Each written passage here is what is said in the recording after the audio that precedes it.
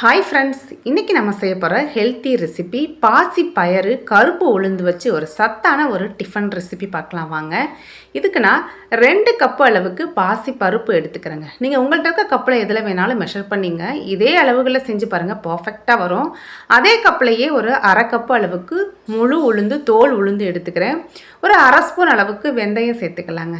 இதுக்கு தேவையான அளவு தண்ணி சேர்த்து தண்ணி நல்லா கிளியராக வர அளவுக்கு நல்லா பாசிப்பயிரையும் உளுந்தையும் நல்லா வாஷ் பண்ணி எடுத்துடலாம். இது கூட நல்லா மூழ்கிற அளவுக்கு தண்ணி சேர்த்துக்கலாங்க. தண்ணி சேர்த்து ஒரு 3லேருந்து 4 மணி நேரம் ஊற வச்சா போதும். நமக்கு நல்லா ரெண்டுமே நல்லா ஊறி வந்துடும். இந்த அளவுக்கு ஊறி வரணும். உளுந்தெல்லாம் நல்லா இந்த மாதிரி நசுங்குப்படணுங்க. அப்போ தான் நமக்கு நல்லா அரைப்படும். இப்போ இதை நம்ம மிக்சியில் தான் அரைச்சி எடுக்க போகிறோம். இந்த ஊற வச்ச உளுந்தையும் பாசிப்பருப்பையும் இந்த மாதிரி மிக்சிக்கு சேர்த்து நல்லா ஃபைனாக அரைச்சிடலாம். தண்ணி அதிகமாக ஊற்றி அரைச்சிடாதீங்க. ஏன்னா இட்லி நமக்கு பர்ஃபெக்டாக வராது. தண்ணி கொஞ்சம் கம்மியாகவே ஊற்றி ஒரு திக்கான கன்சிஸ்டன்சிக்கு இந்த மாவை நம்ம அரைச்சி இந்த மாதிரி ஒரு மிக்சிங் பவுலுக்கு சேர்த்துக்கலாம். இந்த மாதிரி நான் 2 பேட்சாக பிரித்து அரைச்சிருக்கேன். மிக்சியில் மட்டும் ஒரு 1/4 டம்ளர் மட்டும் தண்ணி சேர்த்து அதையும் இது கூட சேர்த்துக்கலாங்க. இந்த மாவுக்கு தேவையான அளவு உப்பு சேர்த்து நல்லா கையை வச்சு நல்லா கலந்து விட்டுறலாங்க.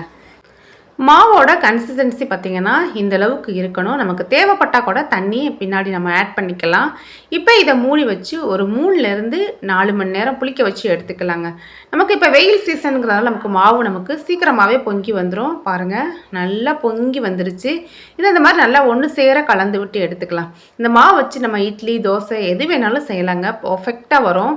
இப்போ இட்லி பாத்திரத்தில் நல்லா ஸ்டீம் வந்ததுக்கப்புறம் நம்ம எடுத்து வச்சுருக்க மாவை சேர்த்து ஒரு ஹை ஃப்ளேமில் ஒரு 10லேருந்து 12 நிமிஷம் வேக வச்சு எடுத்தோன்னா இந்த ஹெல்த்தி இட்லி சூப்பராக ரெடியாகி வந்துடுங்க. பாருங்கள், நமக்கு நல்லா அருமையாக வெந்து வந்திருக்கு.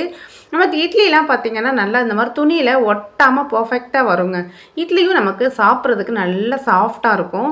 இப்போ இந்த இட்லிக்கு செட் ஆகிற மாதிரி ஒரு சூப்பரான சட்னி பார்த்துடலாம். ஒரு தேவையான அளவு எண்ணெய் விட்டு 1 ஸ்பூன் உளுந்து 1 ஸ்பூன் கடலைப்பருப்பு பொரிஞ்சதுக்கப்புறம் ஒரு பெரிய சைஸ் வெங்காயத்தை கட் பண்ணி சேர்த்துக்கலாம். ஒரு 5லேருந்து 6 பல்லு பூண்டு அதையும் சேர்த்துக்கலாம்.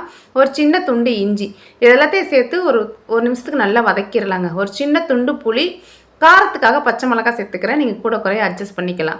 இது கூடவே ஒரு பெரிய தக்காளி சேர்த்துக்கலாம். இன்றைக்கி நம்ம செய்ய போகிற சட்னி பார்த்திங்கன்னா கேப்சிகம் சட்னி தாங்க.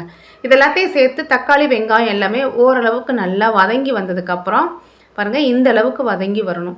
இப்போ இது கூட ஒரு பெரிய சைஸ் குடமிளகாயை இந்த மாதிரி ரஃப்பாக கட் பண்ணி வச்சுருக்கேன். அதையும் உள்ளே சேர்த்துக்கலாம். இது கூடவே நல்ல கை நிறைய மல்லியில் சேர்த்துக்கலாங்க. மல்லி குடமிளகாய் எல்லாமே ரொம்ப அதிக நேரம் வதங்கணுங்கிறது இல்லை, லைட்டாக மிக்ஸ் கொடுத்து எடுத்தால் போதும். கடைசியாக ஸ்டவ் ஆஃப் பண்ணிவிட்டு கொஞ்சமாக ஒரு 1/4 மூடி அளவுக்கு தேங்காய் சேர்த்து இதை நல்லா ஆற வச்சு அரைச்சி எடுத்தோன்னா இந்த ஹெல்த்தியான கேப்சிகம் சட்னி ரெடிங்க.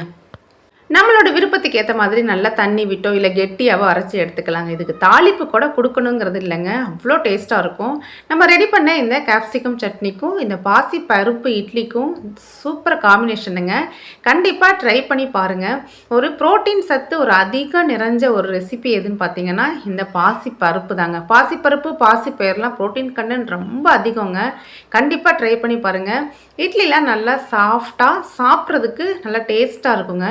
கண்டிப்பாக சூடாக இருக்கும்போதே சாப்பிடுங்க. அப்போ தான் நமக்கு அந்த பாசி பருப்போட டேஸ்ட்டு கம்மியாக இருக்கும். இப்போ இதே மாவை வச்சு தோசை கூட ட்ரை பண்ணலாங்க. தோசையெல்லாம் அருமையாக ஊற்ற வருங்க. இந்த பாருங்கள், நல்லா இழுக்கிறதுக்கு வரும். இந்த தோசை கூட நல்லெண்ணெய் நெய் எது வேணாலும் ஆட் பண்ணிக்கலாங்க, நம்மளோட விருப்பம் தான். குழந்தைங்களுக்கெல்லாம் கொஞ்சம் நெய் போட்டு நல்லா ரோஸ்ட் மாதிரி செஞ்சு கொடுத்தோம் அப்படின்னா கண்டிப்பாக லைக் பண்ணி சாப்பிடுவாங்க. இதில் நார்ச்சத்து ரொம்ப ரொம்ப அதிகங்க. வெயிட் லாஸுக்கு ஒரு பர்ஃபெக்டான ஒரு ரெசிபி சர்ச் பண்ணிட்டு இருக்கீங்கன்னா கண்டிப்பாக இந்த பாசிப்பருப்பு இட்லி தோசை ரெசிபியை ட்ரை பண்ணி பாருங்கள். பாசிப்பருப்பில் ஏகப்பட்ட ப்ரோட்டீன் சத்து நிறைய இருக்குங்க. கண்டிப்பாக குழந்தைங்களுக்கெல்லாம் கொடுக்க வேண்டிய ஒரு முக்கியமான ஒரு பொருள் பாசிப்பருப்பு. டைரெக்டாக கொடுக்க முடியாது அப்படின்னு நினைக்கிறவங்க இந்த மாதிரி இட்லி தோசையாக ட்ரை பண்ணி கொடுங்க. கண்டிப்பாக லைக் பண்ணி சாப்பிடுவாங்க. இந்த பாசிப்பருப்பு தோசைக்கு பார்த்திங்கன்னா ஒரு காரசாரமான ஒரு தக்காளி சட்னி வச்சு சர்வ் பண்ணியிருந்தோம். சூப்பராக இருந்துச்சுங்க. கண்டிப்பாக ட்ரை பண்ணி பார்த்துட்டு உங்கள் கமெண்ட்ஸை மறக்காமல் ஷேர் பண்ணுங்கள். தேங்க்ஸ் ஃபார் வாட்சிங்.